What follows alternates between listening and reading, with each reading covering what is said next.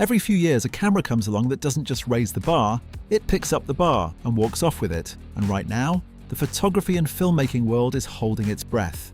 Because somewhere inside Nikon's R&D labs, something is being finalized.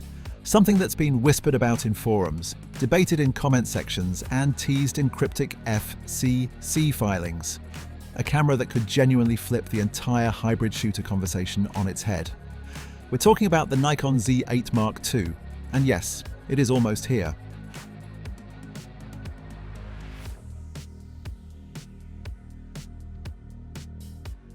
Okay, so let's lay out what the credible sources are pointing toward, because some of these are genuinely jaw-dropping. First, the video situation is getting a serious overhaul. The original Z8 was a marvel for video, but it came with a ceiling. Sustained 8K recording would eventually wave the white flag under heat stress. The Z8 II is rumored to crack that problem wide open. We're hearing about a redesigned internal thermal architecture, possibly incorporating advanced composite materials that allows for unlimited 8K recording without the dreaded thermal shutdown. That alone would be a game changer for documentary shooters and wedding cinematographers who can't afford a single dropped clip. Second, the red acquisition is finally showing up in the product.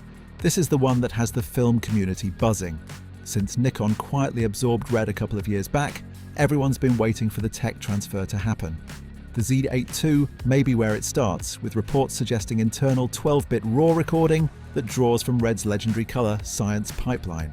If that pans out, you're essentially getting a cinema-grade recording engine in a mirrorless body you can sling over your shoulder. Third, the brain got smarter. The Xpeed 8 processor, which we expect to power this camera, isn't just faster, it's reportedly more contextually aware. Autofocus systems in 2026 are no longer just tracking eyes. The Z8 II's AF is rumored to read subject behavior, distinguishing between a subject in idle motion versus one about to make a sudden move, and pre-compensating the focus rack accordingly. For wildlife and sports photographers, this is the stuff of legend. Fourth, the buffer and card situation. Say goodbye to the hybrid CF Express/SD slot configuration. Whispers suggest the Z8 II goes dual CF Express. Type B, all in, no compromises. Combined with a stacked sensor capable of 30 frames per second RAW bursts and near zero rolling shutter distortion, this camera is built to capture things that technically shouldn't be capturable. And finally, the viewfinder. A 9.44 million dot EVF is reportedly on the table, which would put it firmly among the best in the business. Blackout-free, lifelike, and about as close to an optical viewfinder experience as electronic gets. Here's the thing about the original Z8. It didn't just sell well, it connected with people. It was the camera that said, you don't have to choose between a stills machine and a video powerhouse anymore. But the community's wish list didn't stop growing. And if you spend any time in Z-mount forums or YouTube comment sections, you'll see the pattern clearly. The number one complaint was heat. Nobody wants to be in the middle of filming a bride walking down the aisle and see a warning icon light up on their screen. Creators want reliability above all else. The second biggest ask? Better battery life for video work. The EN-EL15C is a solid battery, but when you're pushing sustained high bitrate recording, you're burning through packs fast. Rumors of improved power efficiency in the Z8 II, combined with possible optimization from the new processor, have people cautiously optimistic. And then there's the crowd that never quite forgave the early production issues. The lens mount recall, the strap lug concerns in the first units. These weren't catastrophic, but for a camera at this price point, professionals have zero tolerance for first batch anxiety. The Z8 II needs to come out of the gate as a fortress, not a beta test.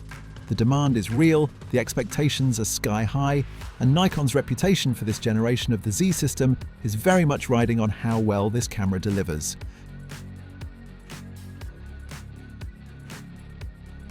Let's be honest, Nikon's toughest competition right now isn't just Sony or Canon. It's Nikon themselves. Think about it.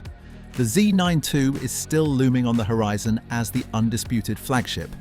If the Z8 II gets too good, global shutter, extreme high-speed RAW, built-in vertical grip integration, it starts eating the flagship's lunch.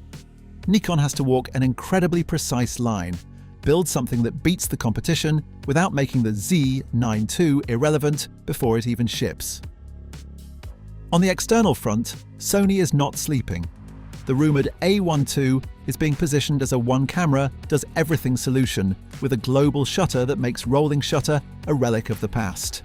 Canon's R5 Mark III, meanwhile, is quietly building a reputation among hybrid shooters for colour science that feels intuitive and filmic straight out of the box.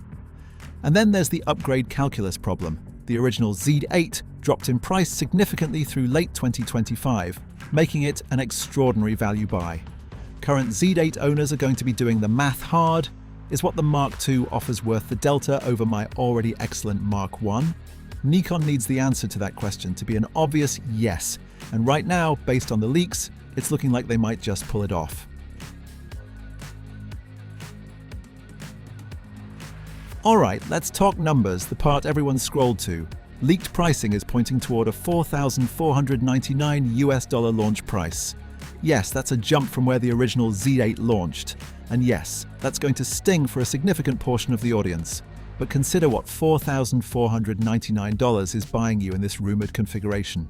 Cinema-grade internal RAW recording, a next-generation AI autofocus engine, unlimited 8K capability, and a sensor that's arguably the most well-rounded in the industry at 45 plus megapixels. When you frame it that way, the pricing starts to make more sense, though it absolutely repositions this camera as a professional investment, not an ambitious enthusiast purchase. As for release timing, current signals point to a mid to late 2026 announcement, with availability following shortly after. Some sources suggest an official reveal tied to a major trade event, which would give Nikon the maximum stage for what is shaping up to be one of their biggest launches ever. If the timeline holds, pre-order chaos should be hitting your inbox sooner than you think. The Nikon Z8 II isn't just an iteration. It's an argument that you shouldn't have to compromise, that the camera in your bag can be equally at home capturing a split-second peak action frame at 30 frames per second and painting a cinematic scene in 8K RAW with the kind of color depth that post-production teams dream about.